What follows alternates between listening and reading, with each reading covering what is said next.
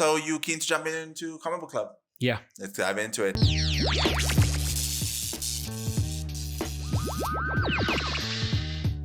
All right. So today on the Comic Book Club, we're going to be diving into DC's 2022 event, Dark Crisis. But before we dive into the actual event itself, let's do a quick recap. So after Scott Snyder and Greg Capullo's Death Metal, we saw the DC universe kind of destroyed. The new 52 universe kind of destroyed, and then essentially creating the Omniverse by the end of the 7 issues, right? Yeah. And then, so from that came Infinite Frontier, which was like the year-long event. It was Future State, and then Infinite Frontier, which essentially was also the first mini-series leading up to Dark Crisis. And there we saw like the coming of Omega Darkseid and like introducing snippets of the Great Darkness. And then Justice League Incarnate trying to stop Darkseid and seeing how the Great Darkness is kind of growing, and just kind of a little bit more on like the whereabouts of the superheroes. Yeah. Then came Justice League 75, essentially the end of the Justice League series, because it's the death of the Justice League. And then from that led into Dark Crisis. So that's essentially the reading order. If you haven't caught up and you want to catch up with Dark Crisis and like be ready for Dawn of DC. So Infinite Frontier, Justice League Incarnate, Justice League 75, Death of the Justice League, and then you can go straight into. If you are also watching it, maybe just mention something in the comments, and then we'll put down the reading order. I think. I think when I do so this will be a separate. We'll cut this out as a separate video as well. I'll put that in the description. So it's a fun ride. I think if you're jumping straight into Dark Crisis, it is kind of easy to be like, what's going on here? Yeah, because you get a bit lost. You like. Yeah, if you don't read those 2 miniseries and then Death of the Justice League, and I guess kind of by the end of this, okay. So I'm trying to make this as spoiler free as possible because I know you. I said it's fine. Are you good? Okay, so spoiler warning if you gonna be, So essentially, what's happening is Pariah. In the first Crisis event of, I think it's Infinite Crisis, he created the Anti-Monitor I remember reading device and then destroyed, and then that was like the first kind of reboot for DC, because they had separate stories but they need to correlate into one kind of universe. So essentially that's what DC does with these events. They'll do these grandiose events to kind of reset everything, and then just kind of like put everything in one. So like after this you got Dawn of DC, because essentially what's happening, Pariah is releasing the Great Darkness, but he's kind of like polluted with it. He's kind of like but then they managed to stop him. But the Great Darkness is kind of like one of those things that latches on to the next person. So then he creates like another villain. So I think that's also why Death of the Justice League, that issue 75, is so important, because essentially this whole event is a statement of that, because it's very focused on, because like you say, you on issue 3 where they destroy the Teen Titans tower, and Deathstroke comes for Teen Titans. Deathstroke first appeared in the Teen Titans book, so essentially he's a Batman villain, but he's actually a Nightwing villain type thing, So it's very Teen Titans focused. So it's kind of like cool, though. It's a really cool event. And it's a nice statement of passing the torch, because yes, everything works out fine. Nightwing takes the spotlight. Apparently I've read some reviews. He becomes like the leader of, because essentially the Justice League are dead. And what's kind of nice is that there are tie-ins to this. There's Worlds Without Justice League. I tried to read the Superman one, fell off halfway through. But it's not essential. It's just what's happening. So essentially what happened is Pariah didn't kill the Justice League. He just kind of put them in their own like little pocket dimension. Winning. In worlds where that needed them the most. You see what I'm saying? Like, I do remember reading that in sort of. I think the only important tie-in is the Swamp Thing and John Kent Superman one. I mean, it's not essential, but they kind of do dive into Pariah's anti-monitor machine, and they kind of like show like it's the Easter eggs on how they kind of stop Pariah. Okay. So that I would say that one's essential, but that's the only one that's essential.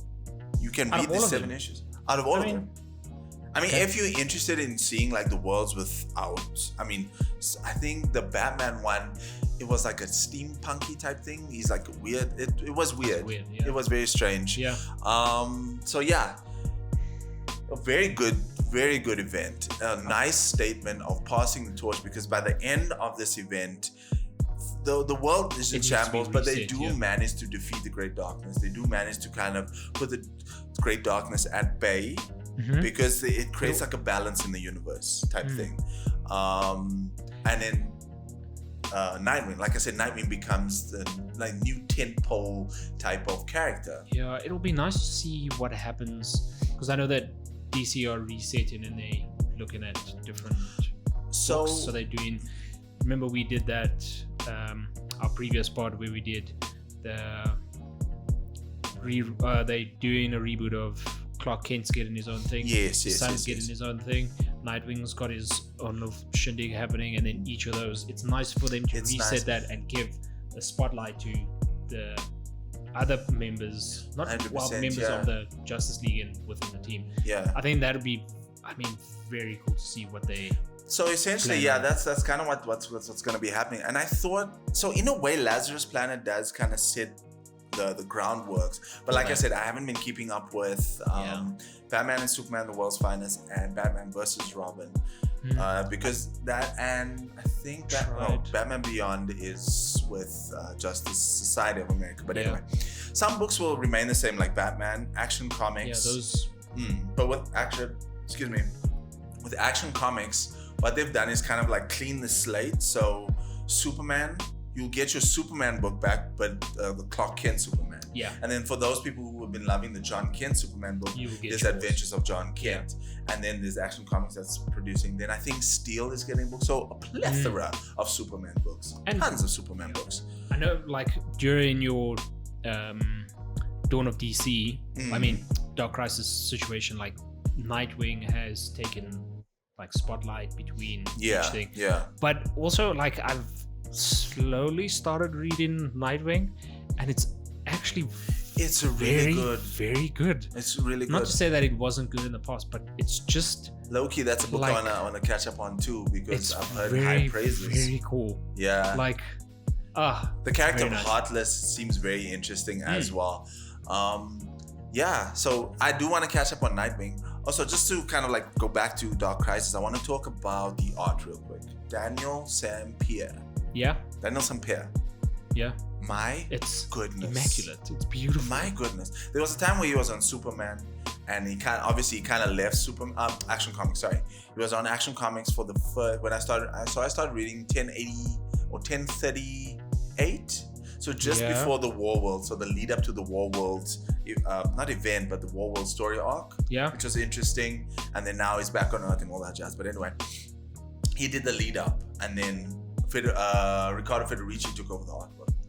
So two really great artists, but Daniel I remember seeing his artwork during that period, and it's immaculate. It's beautiful. But I think Daniel left Action Comics to do this with Joshua Williamson.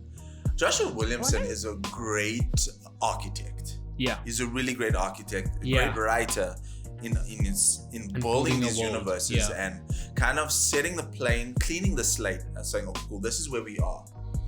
There's things happening with Green Arrow that happened. Now there's going to be a Green Arrow book. I mean, I don't think there's been a Green Arrow book for a while, so I think Green Arrow fans, you're getting Green Arrow book.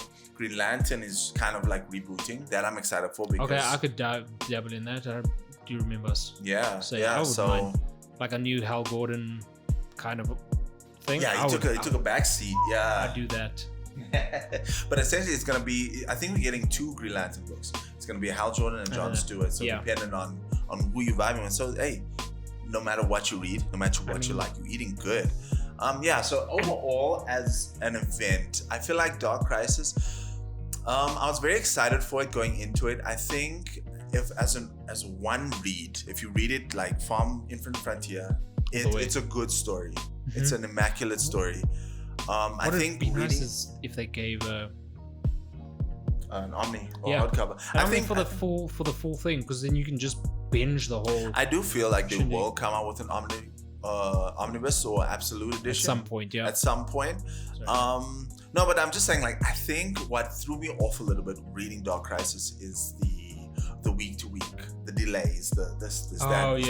So I mean, with anything, it will kind of throw you off. But as an overall story, that was also amazing. The Marvel event, I can't fault it on anything. I thoroughly enjoyed the story.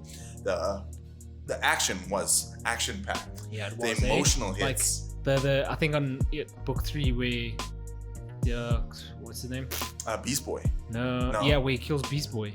Right? You don't see that coming. I was just like, you don't see that coming. Why would you do that? Slade Wilson is super ruthless in this. I'm just like, and you know what I love is also because at some point his daughter Ravija. Apparently that run is also really good. It's interesting. I think it's Deathstroke Inc. Mm-hmm. See, that's also got some Easter eggs as to how Deathstroke is at this point. Cool. Yeah. Because Deathstroke has suffered losses.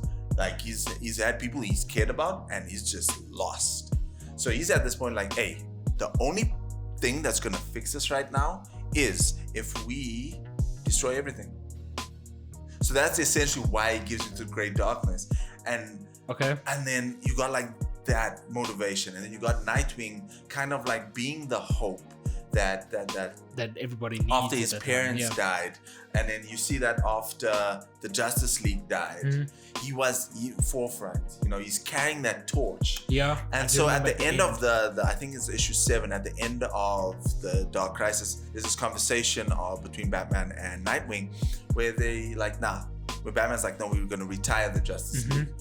We need to make way for the new era, which is the Teen Titans. That's gonna be so beautiful. And so I haven't read issue 100, the landmark issue of Nightwing. Yeah, I really want to read that. Yeah. Apparently in that he brings on the Teen Titans. He's like, come on, homies, we have a future to save. Take on the rest of the world, right? Oh, that'll be very No, good. it's an immaculate book. It's an immaculate story. If you haven't, I strongly encourage, go back, read it. The art is great. The storytelling is amazing. I'm trying to. There's nothing I can really fault the story on. Yeah, actually. The storyline is like even to the point where I'm at. It's also just like, what is the next? And I've been holding out on it just because I'm like, I really want to binge this. I really want to smell the paper and be like, whoa. I do feel like it is a good binge with the 2 miniseries. Yeah. And then just that one shot issue of Justice League. Yeah. Which kind of bothers me collecting wise, because now I wasn't collecting one shot and then all the other. The problem is it's not a one shot. It's like it's a proper issue of Justice League. So I wasn't collecting Justice League. I just needed the 75. Now I have Justice League 75, and that's that. I was like, oh man. But listen, you got that acetone cover as you flip it open. Yeah, it's the Justice League. I was like, nah, this is great. But ladies and gentlemen, that is the Dark Crisis from DC Comics.